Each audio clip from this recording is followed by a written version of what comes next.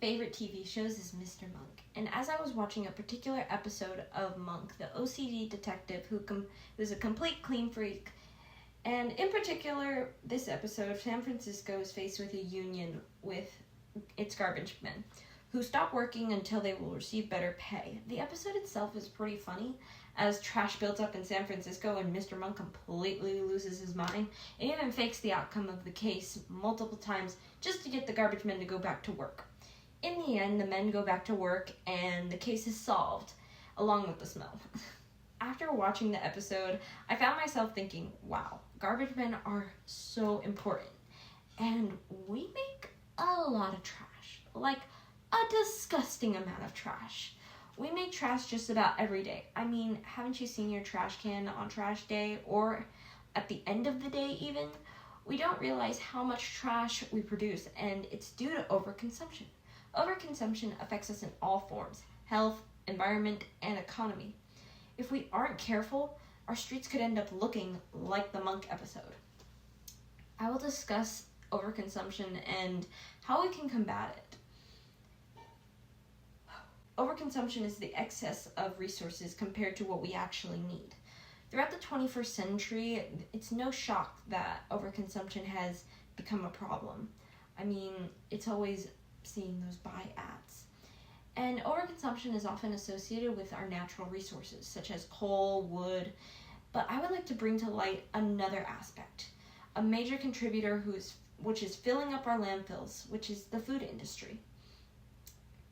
The Environmental American Research Policy Center states Americans throw away about 4.9 pounds of trash per person every day.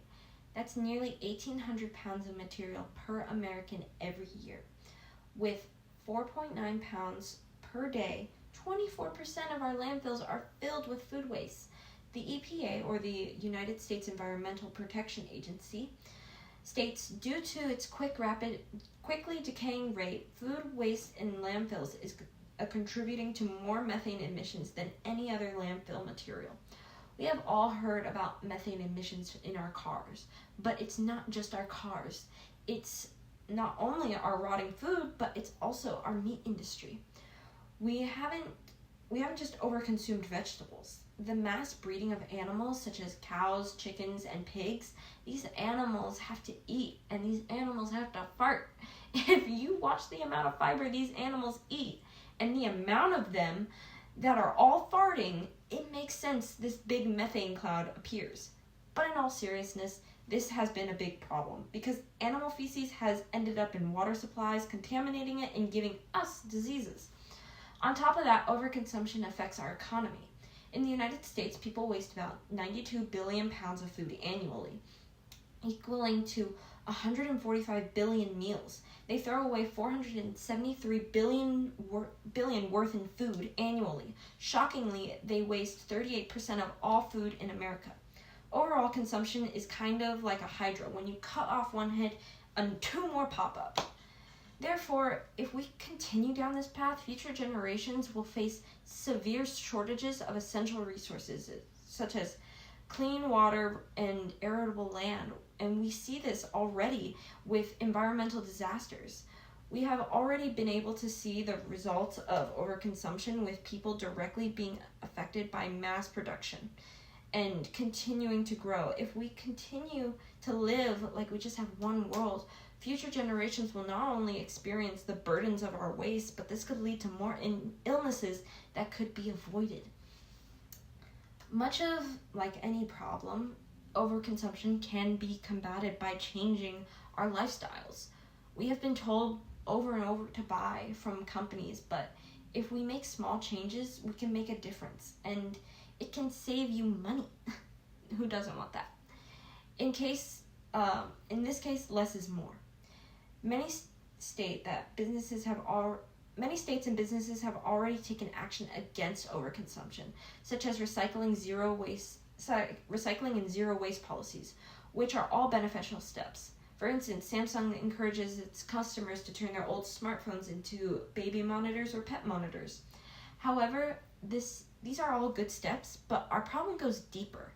If any change is going to happen, it needs to happen in the mindset of Americans.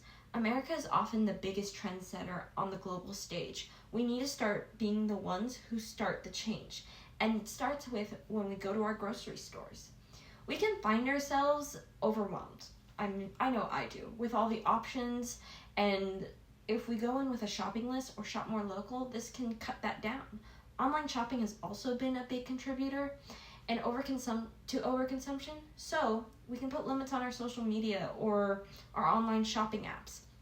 Most of the time, most items can be reused or repaired before buying new ones. Clothes and items that you would often send to a landfill, send them to a thrift store. If you can repair them yourself, do it. So many problems like world hunger and food deserts can be solved with sustainability. Imagine a world if we used our resources effectively.